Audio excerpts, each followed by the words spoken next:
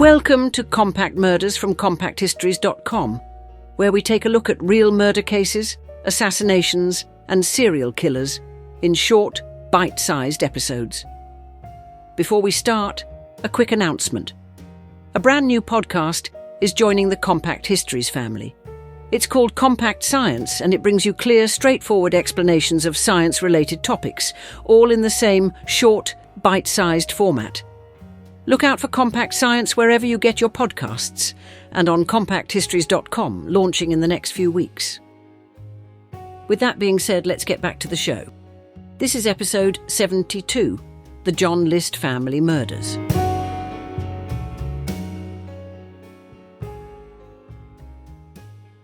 In the quiet suburban town of Westfield, New Jersey, in the early 1970s, John Emil List appeared to be the sort of man people trusted without question.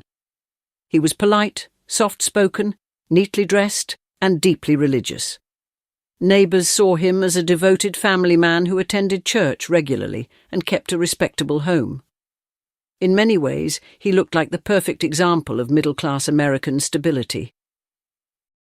John List was born in Bay City, Michigan in 1925 and grew up during the difficult years of the Great Depression. His early life shaped a personality that valued order, discipline, and traditional values. After serving in the United States Army during the Second World War, List went on to earn a degree in business administration and later became an accountant. His career path suited his methodical nature. He was careful with numbers, structured in his thinking, and intensely private. By the late 1960s, List had built what appeared to be a successful life. He lived with his wife Helen, their 3 children, Patricia, John Jr., and Frederick, and his elderly mother Alma, in a large Victorian mansion on Hillside Avenue in Westfield. The house itself was impressive. It was a 19-room property with a ballroom, stained glass windows, and enough space for the entire extended family. To outsiders, it suggested comfort and prosperity. But the reality inside the List household was far more complicated. John List was known to be strict and deeply conservative in his beliefs. Religion played a central role in his worldview. He was a committed Lutheran who believed strongly in discipline, moral behaviour, and traditional family roles. Those values shaped how he raised his children and how he viewed the world around him. Yet beneath the surface, pressure was quietly building. List had recently lost his job as an accountant, a fact he kept secret from almost everyone, including his family. Instead of going to work each day, he spent hours riding trains, sitting in office lobbies, and scanning newspapers for employment opportunities. The fear of financial collapse weighed heavily on him. Money was running out. Bills were piling up. The expensive house that once symbolized success had become a financial burden. Even basic expenses were becoming difficult to manage. To make matters worse, List believed the world itself was deteriorating morally. The late 1960s and early 1970s were a time of enormous social change in America. Cultural shifts, political unrest, and changing attitudes toward religion and authority left him deeply uneasy. He saw the modern world as dangerous, corrupt, and spiritually lost. To neighbours, however, none of this was visible. John List still attended church. He still greeted people politely. The quiet accountant living in the large house on Hillside Avenue appeared calm and respectable. But behind that calm exterior, a dark and disturbing plan was slowly taking shape. John List's wife, Helen, had once been a teacher. But by the early 1970s, she was dealing with serious medical problems that had begun to affect her behaviour. Years earlier, she had contracted syphilis, a disease that can damage the nervous system when left untreated. By the time the family was living in Westfield, the illness had reportedly begun causing mood swings, paranoia, and emotional instability, creating frequent tension within the home. The 3 children were all entering the complicated years of adolescence. Patricia, the oldest at 16, was attending college and beginning to build a life outside the strict environment her father maintained. John Jr., who was 15, struggled academically and reportedly had difficulties with bullying at school. which added to the strain he felt at home. Frederick, the youngest at 13, was quieter and more withdrawn than his siblings. He tended to avoid conflict and often kept to himself, spending time reading or working on school projects. Although the children outwardly followed their father's rules, the pressures of the household environment were beginning to show. By the autumn of 1971, the pressures in John List's life had reached a breaking point. His job was gone, his finances were collapsing, and the image of success he had carefully maintained for years was beginning to crumble. Instead of seeking help or admitting the truth to his family, List began to convince himself that drastic action was the only possible solution. His thinking was shaped by a disturbing mixture of financial despair and rigid religious belief. List believed that modern society had become morally corrupt and spiritually dangerous, and he feared that his children would eventually be drawn into that corruption. In his mind, protecting their souls from what he saw as a sinful world became more important than protecting their lives. Unlike many crimes driven by sudden anger or emotional breakdown, the murders that followed were not impulsive. List approached what he was planning with careful preparation and a chilling level of calculation. He had 2 handguns available to him, a 9mm Steyr 1912 semi-automatic and a .22 caliber revolver, which had belonged to his father. On the morning of the 9th of November 1971, John List put his plan into motion. The first victim was his wife, Helen, who was in the kitchen of their home on Hillside Avenue. He shot her in the back of the head, killing her quickly and without warning. Later that morning, List moved to the upstairs apartment where his elderly mother, Alma, lived. She was 85 years old and depended heavily on her son for support and care. List shot her as well, ensuring that 2 members of the household were already dead before the children even returned home. Then his daughter Patricia and his youngest son, Frederick, were shot in the back of the head as they arrived home from school. List then went to his 15-year-old son John Jr.'s school to watch him play soccer, and after driving him home, he shot him too. There was no evidence of panic, rage or chaos during the attacks, only the steady execution of a plan he had already decided upon. By the end of the day, 5 members of the List family were dead inside the house. After killing his entire family, John List did not immediately flee the scene in panic. Instead, he spent hours carefully arranging the house in a way that reflected the same cold planning that had guided the murders themselves. His behaviour after the killings would later shock investigators because it showed a level of calm organisation that was deeply unsettling. List began by moving the bodies of his family members. He placed most of them in the mansion's ballroom, laying them out side by side on sleeping bags. The careful placement suggested that he was treating the scene almost like a ritual, rather than the aftermath of a violent crime. Once the bodies were arranged, he covered their faces with towels. This detail would later strike investigators as particularly disturbing, as it suggested an attempt to maintain emotional distance from what he had done. Even in death, he seemed unwilling to confront the reality of his victims. List then turned his attention to practical matters inside the house. He cleaned up parts of the scene and attempted to ensure that the murders would not be discovered quickly. In doing so, he hoped to buy himself as much time as possible to disappear. Before leaving the house, he wrote several letters explaining his actions. One letter was addressed to his pastor, outlining the reasoning he believed justified the murders. In it, List claimed he had killed his family to save their souls from the corruption of the modern world. He also wrote letters to relatives and made arrangements to cancel certain services connected to the house.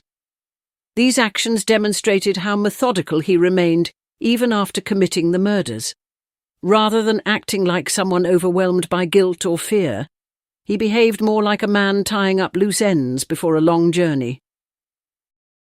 Perhaps the most chilling detail was the music he left playing in the house. List turned on the radio and tuned it to a religious station before he left. The sound of church music continued to echo quietly through the large Victorian mansion as the bodies of his family lay undiscovered inside.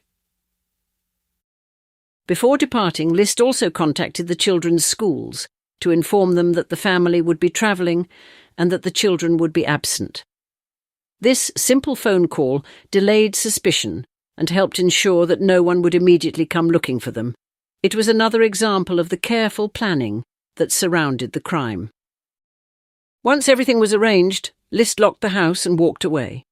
He abandoned the car at the airport and disappeared, leaving behind a silent mansion containing 5 bodies. For nearly a month after the murders, no one realised anything was wrong at the List family home. The large Victorian mansion on Hillside Avenue sat quietly in the neighbourhood, with only one thing being a little unusual. All the lights in the house were left on day and night. Neighbours assumed the family had gone away for a holiday or an extended trip, something that was not unusual during the colder months in New Jersey. It was not until the 7th of December 1971, when light bulbs started to fail, that police were finally asked to check on the house. When officers entered the mansion, they discovered one of the most disturbing crime scenes in the state's history. The bodies of Helen, Patricia, John Jr., Frederick and Alma List were found inside the home exactly where John List had left them weeks earlier. The radio was still playing religious music, quietly echoing through the otherwise silent house. Investigators quickly realised that the killer had carefully arranged the scene before disappearing. By the time police began searching for John List, he was already long gone. He had withdrawn money from his bank account, abandoned his car at John F. Kennedy International Airport in New York, and vanished without leaving a clear trail. Detectives launched a nationwide search, but List had planned his escape well enough to avoid immediate capture. As weeks turned into months and months turned into years, the case slowly grew colder. For nearly 2 decades, John List lived under a false identity. He moved to Virginia, remarried, and began building an entirely new life under the name Robert Clark. Those who knew him in his new community described him as quiet, polite, and deeply religious, much like the man neighbours had once known in Westfield.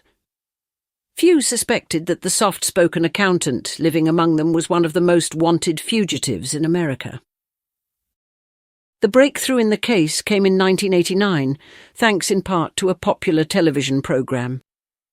The show America's Most Wanted aired a segment about the List murders, bringing national attention back to the long-forgotten case.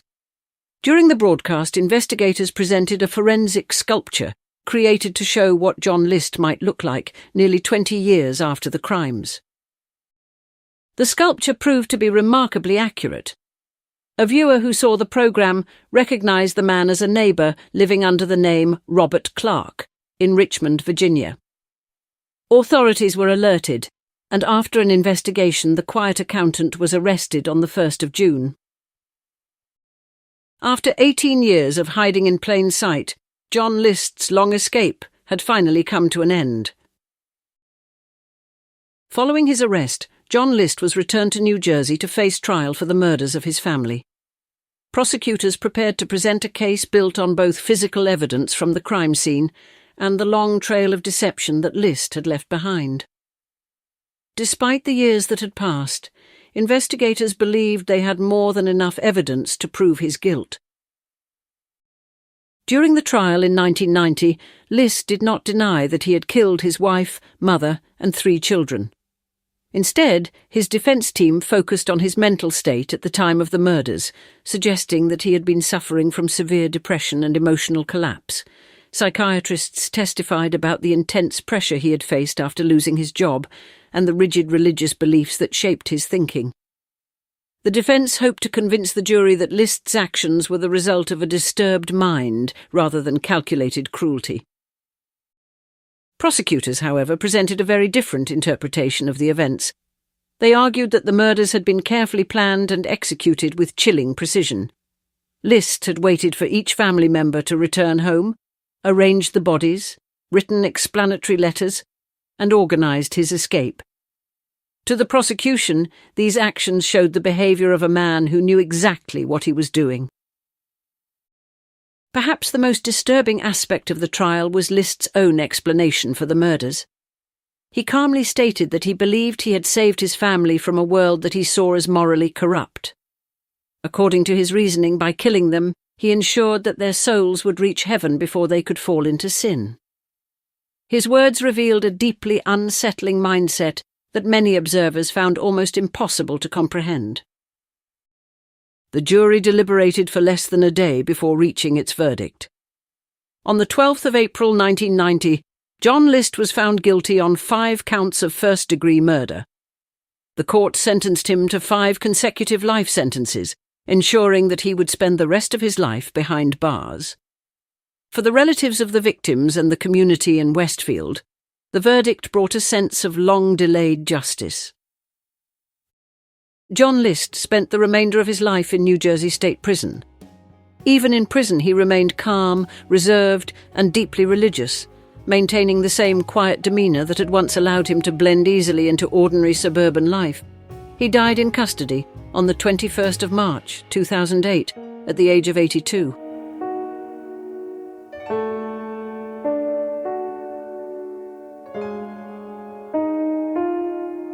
That brings us to the end of this episode of Compact Murder, part of the Compact Histories Network. If you enjoyed it, please follow or subscribe wherever you're listening so you don't miss any future episodes, and consider leaving a rating or review, as it really helps new listeners find the show. You can find more episodes at compactmurder.com, where you can also explore our other podcasts covering biographies, history, disasters, warfare, and mysteries. You can also follow us on Facebook, Instagram, and Pinterest. Finally, please consider supporting the show directly by buying us a coffee. Head on over to compacthistories.com/murdercoffee to see how. Thanks for listening, and I'll see you next time.